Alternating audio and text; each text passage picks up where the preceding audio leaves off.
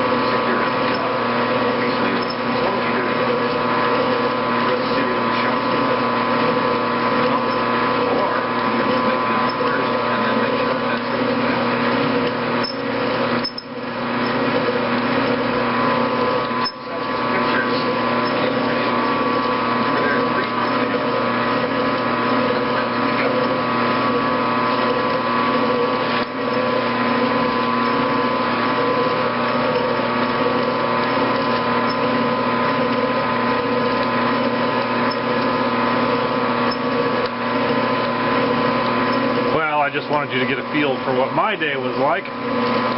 Each full cut actually takes about 15 minutes to go the whole length of the bore there. And I only have to do that about 100 times before it's out to size, and then I can start threading it, which will be another process that works about this fast. So I just thought it'd be a good little thing to throw in here, show you how slow this process really is. So after 11 hours of boring, I finally got it out to diameter. And of course that's just one side out to diameter. Everything's still indexed. Everything's still running true where it was, so that's really good. I've switched over to a single point threading tool, and this is just a piece of 3/4 inch rod, and I just bored through it and able to fit a bit in there. I did this when I did the first single shot 2-bore cartridge rifle, and so that's how I threaded it, and it worked real good. So that's the same setup I'm going to use here. There's basically two ways to thread a inside thread. You can cut from the outside inbound, or you can cut from the inside outbound running in reverse. Either way works really well, especially on this since I'm threading the whole length of it, so it doesn't really matter.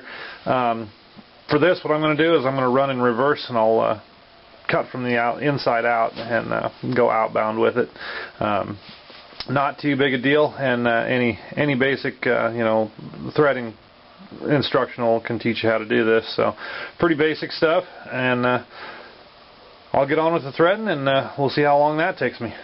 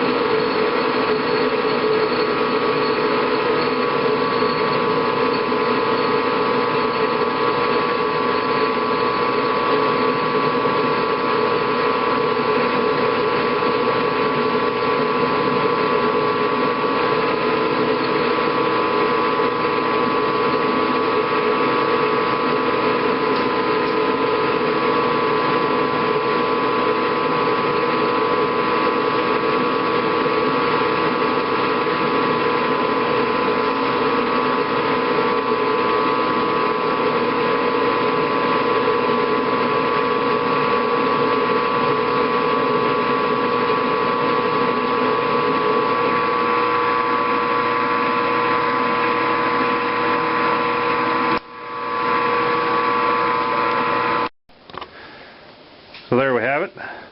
One side done, completely threaded all the way through. Turned out pretty nice. On to the other side. So there we have it. Two nicely threaded holes through the monoblock.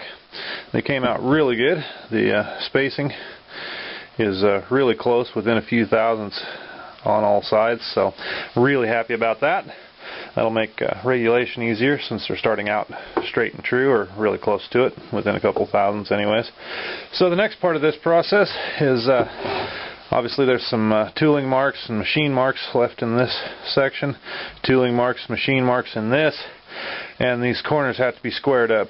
Once I do all that, square all this up, and take the machine marks out of this, which is incidentally all draw file work. This all has to be done by hand. I don't have precision grinding equipment or anything like that, so it'll have to be draw filed out. But once these surfaces are all draw filed out, these corners are squared, and the breech face is draw filed smooth, then I'll be able to take my measurements and I'll be able to cut through and make my cuts for the bite sections on the lump. So that'll be what I'll be up to for a few days, is draw filing all this area, and I'll update again after that's all done.